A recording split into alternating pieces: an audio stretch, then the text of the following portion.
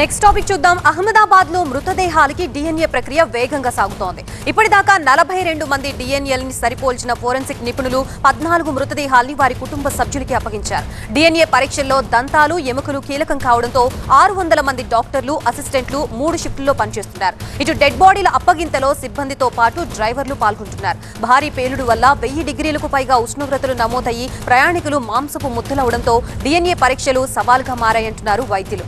ఒక్కో డిఎన్ఏ పరీక్షకి 26 నుంచి 48 గంటల సమయం పడుతున్నట్లుగా వెల్లడించారు.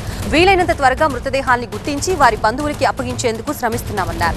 ఇటు డిఎన్ఏ పరీక్షల్లో గుజరాత్ మాజీ సీఎం విజయ్ రూపానీ మృతదేహాన్ని గుర్తించారు.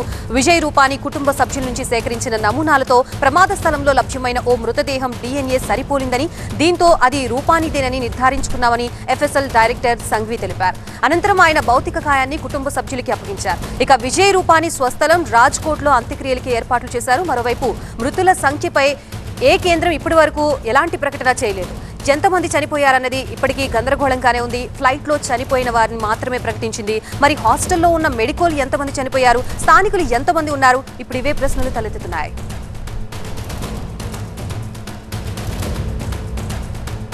ప్రస్తుతం ఇదే అంశానికి సంబంధించి మనకి పూర్తి వివరాలు అందించడానికి మా ప్రతినిధి రాకేష్ సిద్ధంగా ఉన్నారు. రాకేష్, విమాన ప్రమాదంలో అంతా గోప్యత పాటిస్తుంది కేంద్ర ప్రభుత్వం. ఎందుకని ఇంత సీక్రెసీ మెయింటైన్ చేస్తుంది?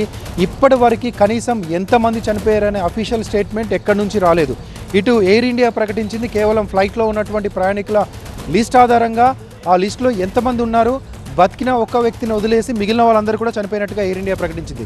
కానీ కేంద్ర ప్రభుత్వం ఇంతవరకు కింద ఉన్నటువంటి బిల్డింగ్లో చనిపోయిన వాళ్ళు ఎంతమంది, ఆ బిల్డింగ్లో ఎవరెవరు ఉన్నారు, ఎంతమంది చనిపోయారు, బయట వాళ్ళు ఎంతమంది, మెడికోస్ ఎంతమంది, మెడికో ఫ్యామిలీస్ ఎంతమంది అనే విషయంలో మాత్రం ఇప్పటివరకు క్లారిటీ లేదు. ఒకవైపు ఈ కూలిపోయినటువంటి బిల్డింగ్లో 28 మంది ఉన్నట్టుగా లెక్క తేలుతుంది. ఆ 28 మంది తర్వాత ఇంకొక మెడికోకి సంబంధించినటువంటి పేరు రావట్లేదు. ఆ మెడికో మిస్ అయినట్టుగా ఒక పోలీస్ కంప్లైంట్ ఉంది.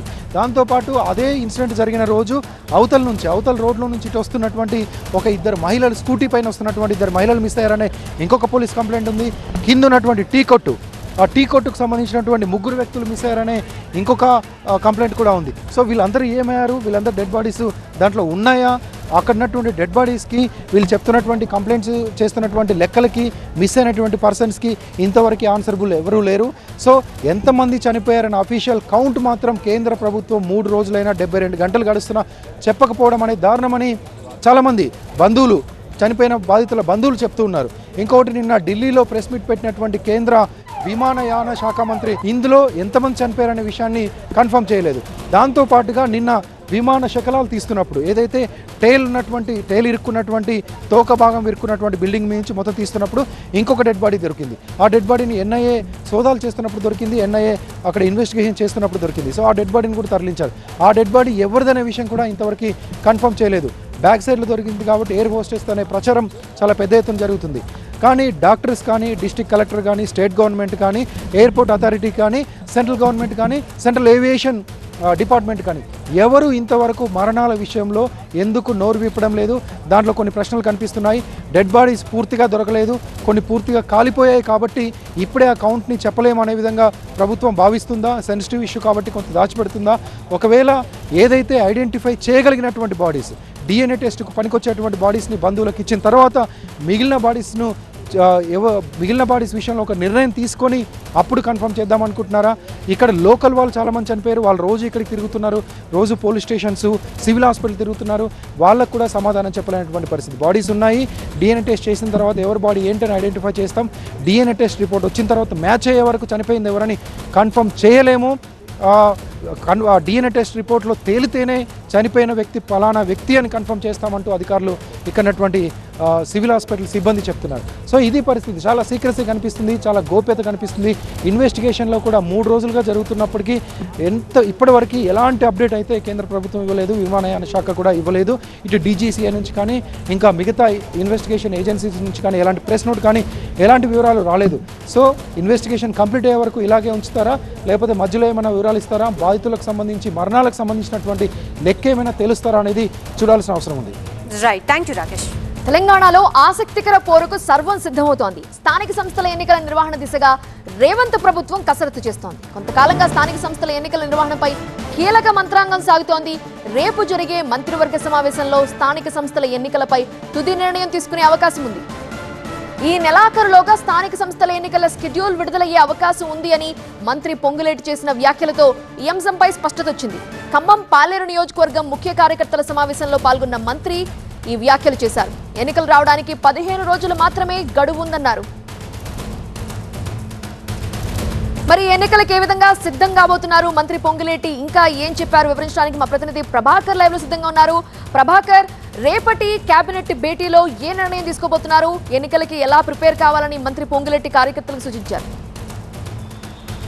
రేపు కేబినెట్ సమావేశం ఉంది. ఎవ్రీ 15 డేస్కి ఒకసారి కేబినెట్ సమావేశం నిర్వహించాలని రాష్ట్ర ప్రభుత్వం నిర్ణయం తీసుకుంది. ఆ నేపథ్యంలోనే రేపు కేబినెట్ సమావేశం జరగబోతుంది. ఈ కేబినెట్ సమావేశంలో స్థానిక సంస్థల ఎన్నికలకు సంబంధించిన అంశమే ప్రధాన ఎజెండాగా ఉండబోతున్నది. సో దీనికి సంబంధించి ఇప్పటికే రాష్ట్ర ప్రభుత్వం మంత్రి పొంగులేటి మార్నింగ్ కుసుమంచిలో ముఖ్య కార్యకర్తల సమావేశంలో మాట్లాడారు. కాంగ్రెస్ పార్టీ కార్యకర్తలందరూ కూడా సిద్ధంగా ఉండాలి, ఈ నెలాఖరులోగా స్థానిక సంస్థల ఎన్నికలకు నోటిఫికేషన్ రాబోతుంది అంటూ చెప్పారు. సో దాంట్లో భాగంగానే ప్రభుత్వం 2 అంశాలపైన ఎక్సర్సైజ్ చేస్తుంది. ఎప్పుడైనా ఆనవాయితీ ప్రకారం ఎంపీటీసీ మొదటగా సర్పంచ్ ఎన్నికలను నిర్వహించిన తర్వాత ఎంపీటీసీ జెడ్పీటీసీ ఎన్నికలను నిర్వహిస్తుంది. దాని తర్వాత మున్సిపల్ కార్పొరేషన్ ఎలక్షన్స్కి వెళ్తుంది. కాకపోతే ఈసారి కొంత ఆనవాయితీకి భిన్నంగా వెళ్ళాలనే ప్రయత్నం అయితే జరుగుతుంది. దానికి సంబంధించి ఎక్సర్సైజ్ అయితే జరుగుతున్నట్టుగా తెలుస్తుంది. దానిలో భాగంగానే ముందుగా ఎంపీటీసీ జెడ్పీటీసీ ఎలక్షన్స్ నిర్వహించి ఇవి పార్టీ గుర్తుపైన జరుగుతాయి. సో వీటిని నిర్వహించి దాని తర్వాత సర్పంచ్ ఎలక్షన్స్కి వెళ్ళాలి, దాని తర్వాత మున్సిపల్ ఎలక్షన్స్కి వెళ్ళాలనే ప్రతిపాదన ప్రభుత్వం చేస్తున్నట్టుగా తెలుస్తుంది. దాంతోపాటుగా గత ప్రభుత్వం చేసిన మున్సిపల్ పంచాయతీరాజ్ అమైన్మెంట్ యాక్ట్ ప్రకారం 10 సంవత్సరాల పాటు రిజర్వేషన్స్ కంటిన్యూ అయ్యే అవకాశం ఉంది. కాబట్టి రేపు క్యాబినెట్ సమావేశంలో ఒక ప్రత్యేక సెషన్స్కి సంబంధించిన షెడ్యూల్ని పైన డిస్కస్ చేయనున్నారు. 2 రోజుల పాటు ఈ ప్రత్యేక అసెంబ్లీ సమావేశాలు జరగబోతున్నాయి. దాంట్లో పంచాయతీరాజ్ యాక్ట్ను అమైన్మెంట్ చేయబోతున్నట్టుగా తెలుస్తుంది. ఆ రిజర్వేషన్స్ సంబంధించి దాన్ని సడలించి అమైన్మెంట్ చేయనున్నారు. దాంతోపాటుగా మహిళలకు 42% రిజర్వేషన్స్ ఇస్తామని గతంలోనే కాంగ్రెస్ పార్టీ చెప్పిన నేపథ్యంలో ఇప్పుడు ఒకవేళ రిజర్వేషన్స్ అమలు చేయడం కష్టమైతే కాంగ్రెస్ పార్టీ తరపున 42% మహిళలకు టికెట్లు ఇవ్వాలనేది ప్రధానంగా భావిస్తున్నారు. బీసీలకు కూడా అదే విధంగా ఇవ్వాలనేది అయితే భావిస్తున్నారు. సో దీన్ని బట్టి రేపు కేబినెట్ తర్వాత పూర్తి స్థాయిలో ఒక క్లారిటీ వచ్చే అవకాశం అయితే కనిపిస్తుంది. Right Prabhakar, thank you. ఇక ఏపీ పర్యటనలో భాగంగా అమరావతికి చేరుకున్న కేంద్ర వాణిజ్య పరిశ్రమల శాఖ మంత్రి పీయూష్ గోయల్ సీఎం చంద్రబాబు నాయుడుతో భేటీ అయ్యారు. హెచ్డీ వర్లీ పొగాకు కొనుగోళ్లు, పామ్ ఆయిల్ పై దిగుమతి సుంకం తగ్గింపు, ఆక్వా ఎగుమతులు, మ్యాంగో పల్ప్ పై జీఎస్టీ తగ్గింపును కోరుతూ కేంద్ర మంత్రికి వినతి పత్రం అందించారు చంద్రబాబు. టొబాకో బోర్డు ద్వారా ఏపీలో పొగాకు కొనుగోళ్ల కోసం 150 కోట్లు కేటాయించాలని సీఎం కేంద్ర మంత్రిని కోరారు. పొగాకు ధరలు తగ్గిన నేపథ్యంలో రాష్ట్ర ప్రభుత్వమే 300 కోట్ల రూపాయలు వెచ్చించి పొగాకు కొనుగోలు జరుపుతుందని కేంద్ర మంత్రికి చంద్రబాబు వివరించారు. ఈ మొత్తంలో కేంద్రం 150 కోట్లు భరించాలని కేంద్ర మంత్రిని కోరారు. పామ్ ఆయిల్ ఉత్పత్తికి సరైన ధర రావడం లేదన్న చంద్రబాబు కేంద్రం పామ్ ఆయిల్ పై దిగుమతి సుంకం తగ్గించడమే ఇందుకు కారణమని పీయూష్ గోయల్ దృష్టికి తెచ్చారు. దిగుమతి సుంకం తగ్గింపు కేంద్రం నిర్దేశించిన national mission on edible oils లక్ష్యాలకు ప్రతిబంధకంగా మారుతుందని చంద్రబాబు వివరించారు. ఆక్వా ఎగుమతులపై అమెరికా విధించిన సుంకాల విషయంలో చర్చలు జరిపి రైతులకు మేలు జరిగేలా చూడాలని కోరారు. మ్యాంగో పల్ప్ పై జీఎస్టీని 12 నుంచి 5% తగ్గించాలని కేంద్ర మంత్రిని కోరారు. అటు పొగాకు రైతులు పొగాకు మద్దతు ధర పెంపుపై భారీ ఆశలు పెట్టుకున్నారు. రైతుల సమస్యలు, వాణిజ్య పంటల ఎగుమతులు ఎలాంటి నిర్ణయాలు తీసుకోబోతున్నారన్న దానిపై ఆసక్తి నెలకొంది. కేంద్ర మంత్రి ఏపీ పర్యటన, సీఎం చంద్రబాబుతో భేటీ, చర్చకొచ్చిన అంశాలు, కేంద్ర మంత్రి హామీలపై మా ప్రతినిధి ఈశ్వర్ మరిన్ని వివరాలు అందిస్తారు. ఈశ్వర్, మరి అమెరికా టారిఫ్లు మన జీఎస్టీలతో అల్లాడిపోతున్న రైతులకు ఏమన్నా భరోసా కల్పించారా కేంద్ర మంత్రి? ఖచ్చితంగా ఆ తరహా సీరియస్ డిస్కషన్ అయితే చేసి వీలైనంత మేరకు ఆంధ్రప్రదేశ్ రైతులకి మేలు చేకూర్చాలన్న దిశగా కేంద్రం ముందుకు వెళ్తుంది. సాధారణంగా ఇట్లాంటి ఏదైనా రాష్ట్రంలో ఒక తీవ్రమైన సమస్య ఉన్నప్పుడు స్వయంగా కేంద్ర మంత్రులు రాష్ట్రానికి రావడం చాలా అరుదుగా జరుగుతుంటాయి.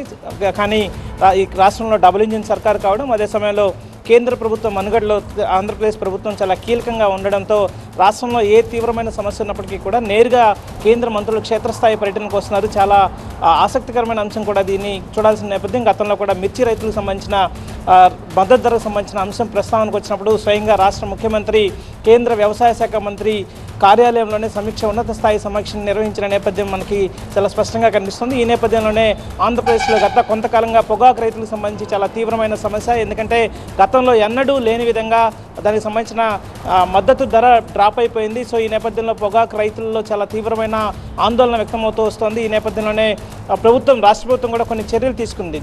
ఇటీవల కాలంలో స్వయంగా రాష్ట్ర ప్రతిపక్ష నేత జగన్ పొదిల్లో పర్యటించి ప్రకాశం జిల్లాలో రైతులకు సంబంధించి పొగాకు రైతులకు సంబంధించి ప్రభుత్వం పట్టించుకోవడం లేదంటూ కూడా చాలా తీవ్రమైన విమర్శలు చేశారు. ఈ నేపథ్యం దాని చుట్టూ అనేక రాజకీయ వివాదాలు కూడా చుట్టుకున్న నేపథ్యం మనం చూస్తూ ఉన్నాం. సో ఈ నేపథ్యంలో స్వయంగా కేంద్ర పరిశ్రమల వాణిజ్య శాఖ మంత్రి, అదే సమయంలో బీజేపీలో చాలా కీలకమైన నేత పీయూష్ గోయల్ రాష్ట్రానికి తరలి రావడం కేవలం పొగాకు రైతులు కావచ్చు, లేకపోతే ఇట్లాంటి వాణిజ్య పంటల విషయంలో వాళ్ళని నేరుగా అడ్రస్ చేసేందుకు గుంటూరులో ఉన్న టొబాకో బోర్డులో కూర్చొని సమీక్ష ప్రస్తుతం నిర్వహిస్తున్న నేపథ్యం చూస్తే ఖచ్చితంగా ఆంధ్రప్రదేశ్లో ఏదైతే రైతులు ఎదుర్కొంటున్న సమస్యల పట్ల తీవ్రంగా ప్రభుత్వం అయితే కేంద్ర ప్రభుత్వం చాలా సీరియస్గానే యాక్షన్ తీసుకునే అవకాశాలు ముందుగా ఉన్నట్టు కనిపిస్తోంది. మార్కెట్ ఇంటర్వెన్షన్ ఫండ్కి సంబంధించి కావచ్చు, ఎందుకంటే ఇప్పటికే పొగాకు రైతులకు సంబంధించి దాదాపు 300 కోట్లని రాష్ట్ర ప్రభుత్వం వెచ్చించి వాటిని కొనుగోలు చేస్తుంది. దీంట్లో సగమైన కేంద్రం భరించాలని ముఖ్యమంత్రి చేసిన విజ్ఞప్తికి సానుకూలంగానే కేంద్రం స్పందించినట్టుగా సమాచారం అందుతోంది. ముఖ్యమంత్రి ఇచ్చిన విజ్ఞప్తి పత్రంలోనే అన్ని అంశాల పట్ల కేంద్రం సానుకూలంగా ఉన్నట్లుగా సమాచారం అందుతోంది. దానిపైన కేంద్రం ఒక కీలకమైన ప్రకటన చేసే అవకాశం ఉంది. సో మొత్తానికి డబుల్ ఇంజిన్ సర్కార్ వల్ల ప్రయోజనాలు కావచ్చు, లేకపోతే కేంద్ర మనుగడికి ఆంధ్రప్రదేశ్ రాష్ట్ర ప్రభుత్వం కీలకం కావడంతో రాష్ట్ర రైతుల సమస్యలు అయితే తరచూ జాతీయ స్థాయిలో ప్రస్తావనకు వస్తున్నాయి. వాటి పరిష్కారం కూడా ఎంతో కొంత జరిగే అవకాశం అయితే స్పష్టంగా కనిపిస్తున్న నేపథ్యం కనిపిస్తోంది.